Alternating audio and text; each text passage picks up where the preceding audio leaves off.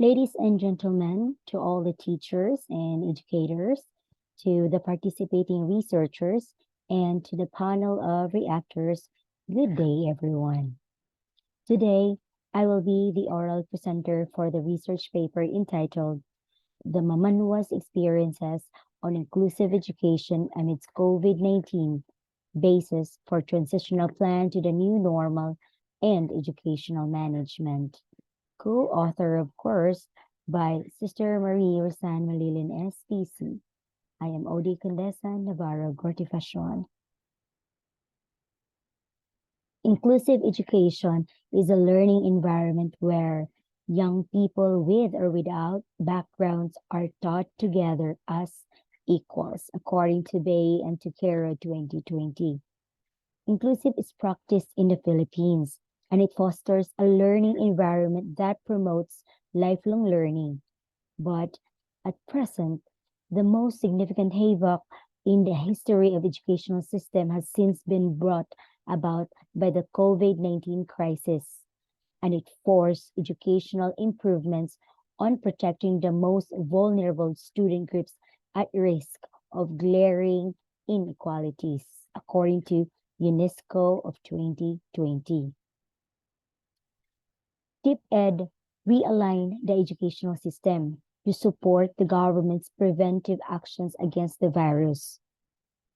The transition to distance learning has brought different challenges for students, such as including barriers to engaging with technology, reduced access to educational supports, and learning interventions. Due to these problems, which are common in many rural cultural groups, the educational gap for young people identified as IPs is more apparent while using this mode of learning, according to Chavez of 2020. The purpose of this study is to shed light on how the Philippine educational system was affected by COVID-19.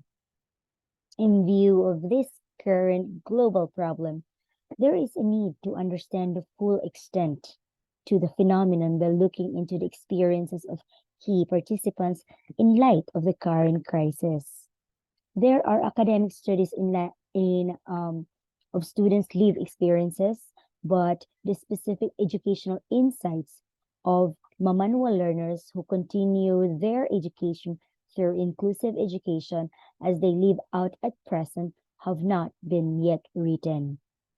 Compared to those research previously been mentioned, this study is different because it expands educational narrative through the viewpoints of students from the Mamanwa community set in a unique situation. The study aimed to explore the experiences on inclusive education amidst COVID-19 of the IPs, particularly the students of the Mamanwa community in Mainit, Surigao del Norte. To fully understand the experiences, this study explored the fundamental questions. One, what are the experiences and challenges of the indigenous people in Surigao del Norte in the conduct of inclusive education amidst COVID-19? Two, how are the experiences and challenges of indigenous people in the new normal contextualized under inclusive education? Third, what are the emergent themes of these experiences? Fourth, what is the essence of these experiences? And fifth, based on the findings, what recommendations basis of transitional plan to the new normal and educational management in inclusive schools may be proposed? This study was guided by conduct theory, indigenous holistic theory, sociocultural, and self-efficacy theory. In particular, the idea of Alport's contact theory supports inclusive education. It deals with social contact that can improve relationships between members of the majority and minority groups. And this theory is particularly relevant to inclusive education settings, as it supports an equitable school culture and form the basis of awareness of education programs. Meanwhile, to understand indigenous holistic theory, this theory is founded on indigenous worldviews, cultures, and traditions. This theory enables the readers to comprehend indigenous people's history, culture, customs, and worldviews as it justifies the inclusion of minority viewpoints in educational curricula.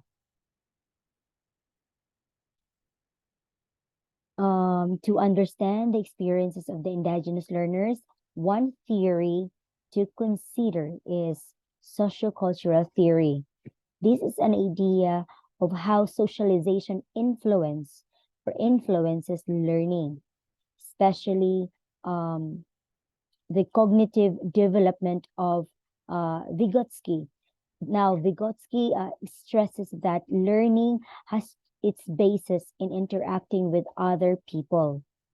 From the social cultural perspective, mental growth is guided in part by people in their lives who are in mentor type roles, such as teachers and parents.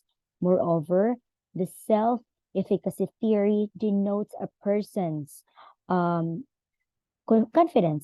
confidence in their capacity to achieve in a specific circumstance.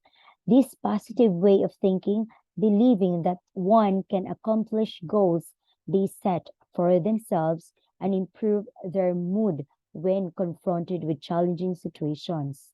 Thus, conducting a research study concerning the experiences of these uh, and these theories were found essential in understanding the experiences of the participants, particularly the Mamanwa learners, on inclusive education amidst COVID-19. Now, this study used qualitative phenomenological research design, and there are selected indigenous learners, particularly 10 of them, mainly the Mamanwa of the Mainit Surigao del Norte, who were enrolled in the mainstream during the school year 2021-2022, where the studies target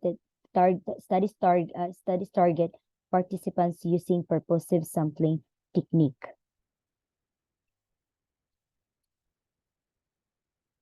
This method it will allow the researcher to retain the voice of the participants without obstructing their viewpoint through analysis.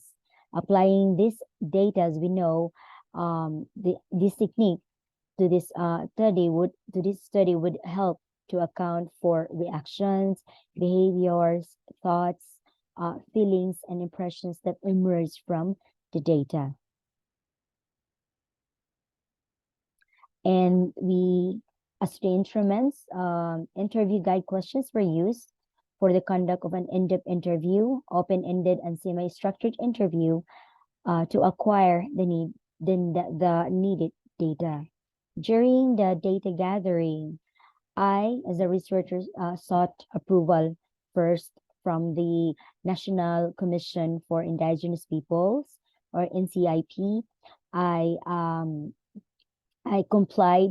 I followed the guidelines and the requirements, and there was an endorsement of the issuance of a work order.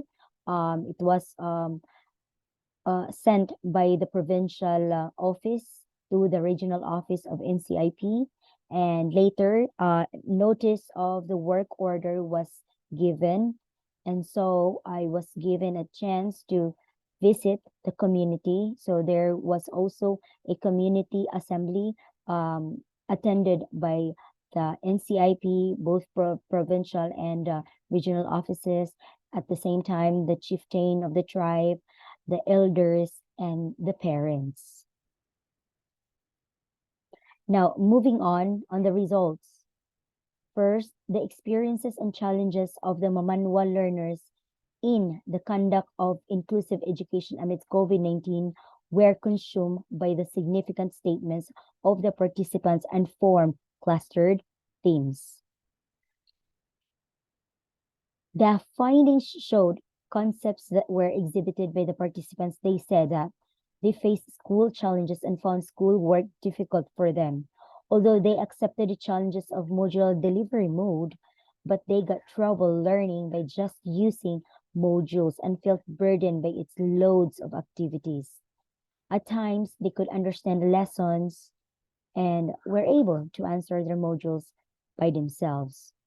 But adding to their challenge in inclusive education amidst COVID-19 were the internet shortage and lack of technology to use. For all students to have equitable access to and participation in online learning environments or the entire educational systems, inclusivity is necessary.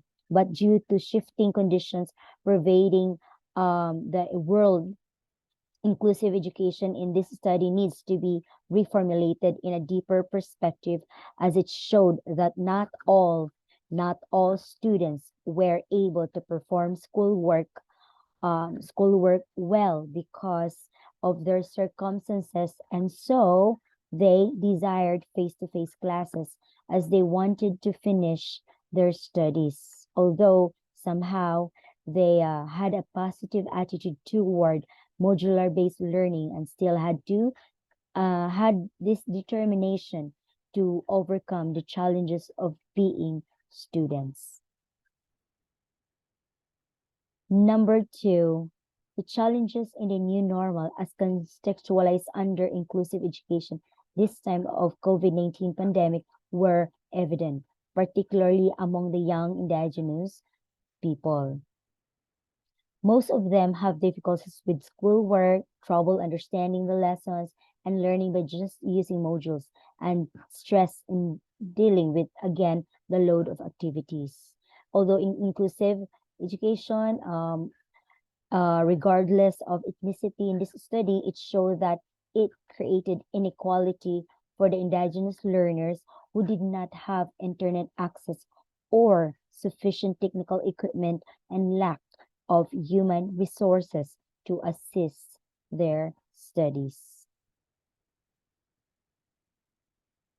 Third result, utilizing George's step-by-step process of phenomenological data analysis, as the researcher extracted 88 significant statements reflecting on the experiences of the participants, which evolved into the development of the mini units. Then 3 themes were drawn from the informant's narrative data. Now, the 3 themes are the self-efficacy and attitudinal factor of coping the challenges in inclusive education. And second, the family. The family as foundation of motivational support to cope with the challenges of modular distance learning. And third is the self-paced, flexible learning, embracing inclusive education in the new normal. And the fourth is the global theme. So the essence of these experiences is the global theme, self-determination in the new normal. Self-determination is the global perspective for IPs that drives them to overcome challenges and difficult circumstances they experience in most of their life's situation. As indigenous peoples, particularly during the COVID-19 pandemic, indigenous peoples face multiple barriers to participating fully in inclusive education. However, these IP hold vital knowledge and expertise on how to adopt, mitigate, and reduce risk, which could mean their inner strength and capabilities of survival in the midst of crisis. Postulated by their survival instincts, self-determination is seen as their strength. Inclusive education has long been recognized as both human right in itself and indispensable means of realizing other fundamental rights and freedom as um, a vehicle to uplift people from poverty, social development, and empowerment. IP communities find it very important and compelling to improve the overall sustainability, development, and progress. These hard and complex circumstances do not bar indigenous peoples, particularly the schooled ones, to proceed with inclusive education. They override all barriers and self-determination prevailed um, as self-determination prevailed despite all odds. The self-determination is an overarching global perspective in the life of IP of the life of the indigenous people. Self-determination in inclusive education helps visualize their life and gives them the power to navigate change and embrace transition that will help them gain control of life's circumstances. So this is the didactic framework of the Mamanwas experiences on inclusive education amidst COVID-19. Now, for the conclusion, in the abrupt transition to distance learning, the Mamanwa learners have been facing and experiencing multiple challenges that pose enormous risk to their educational and physical existence, including, among other things, the limited access to remote learning opportunities. Because indigenous children lack access to adequate preparatory materials, there is a high risk that they would be left behind, and the pandemic's impact will last throughout their academic and working lives. COVID-19 has had a diverging impact in their communities. In as much as inclusion is desired in the class, this situation promotes exclusion and hampers learning. The modular learning delivery mode has a considerate cost for continuing basic education despite the current crisis in COVID-19. It is a timely act of support for the global effort to attain education for all. For the recommendations, we have for the Mamanwa learners, the young indigenous students should exert more effort to understand the current situation. Indeed, studying amidst the COVID-19 crisis is hard. However, looking beyond the difficulties and focusing on the opportunities and personal growth it brought is better. It is challenging to study while dealing with the COVID-19 crisis, but it is best to look and focus on the opportunities and personal growth. For the parents, parents should continuously support their children in the academic, emotional, and financial aspects, in enhance participation and collaboration, not just with the parents, but the entire community as well. Teachers, for the teachers, teachers must strengthen student to teacher communication to avoid weakening the relationship primarily stabilized in schools.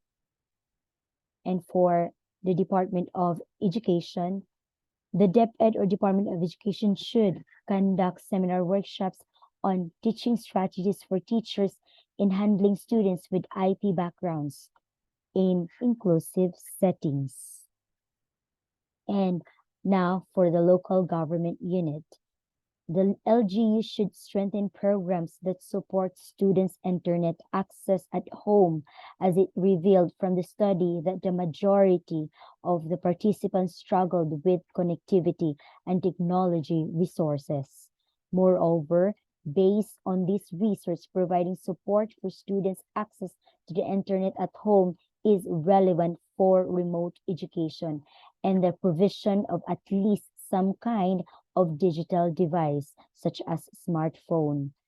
Since some families do not have access to that digital device and cannot necessarily afford internet connectivity, especially during an economic downturn.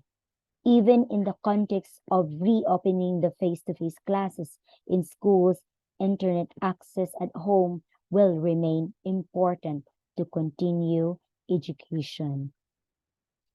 And number 6 recommendation, as stated, that Department of Education was preparing for full face-to-face classes to begin on November 2, according to Malonzo of 2022. The researcher, as the researcher, recommended a course of action as a basis for a transitional plan to the new post-pandemic normal. One is the classes resume normal operations and walk-in services for students with safety and local restrictions are followed. Second, basis, face mask covering is required for preventing disease spread, and social distancing rules continue to apply. Third, orientations shall be done to learners on hygiene practices to help prevent or reduce the spread of the COVID-19 virus and how to self-monitor their health. And then another one, professional support services in schools, such as incorporating guidance counseling weekly scheduled, as services like this play important role in the mental health and well-being and the holistic development of all learners. This service is essential in inclusive education. And foster small group activities among students. 2, to increase inclusivity, leveraging their capabilities to learn and work together as long as social distancing and safety guidelines are followed. And frequently monitor student progress. What for? To know who are having problems in particular subjects and give specialized attention by regularly communicating with the students. And the 7th recommendation is the educational management. I have here the different aspect of management, such as management of curriculum with certain activities given here. Another one is student management and management of teachers and education personnel, management of facilities, and management of school and community relationships. And those are the 7 recommendations. And now, before I end, I'd like to state this phrase or statement from Gina Consentino of the IP as an IP advisory consultant. Education is a universal human right, essential to bridging gap in human well-being, equity, and opportunity. And here are some relevant references cited. Thank you for listening. Once again, good day.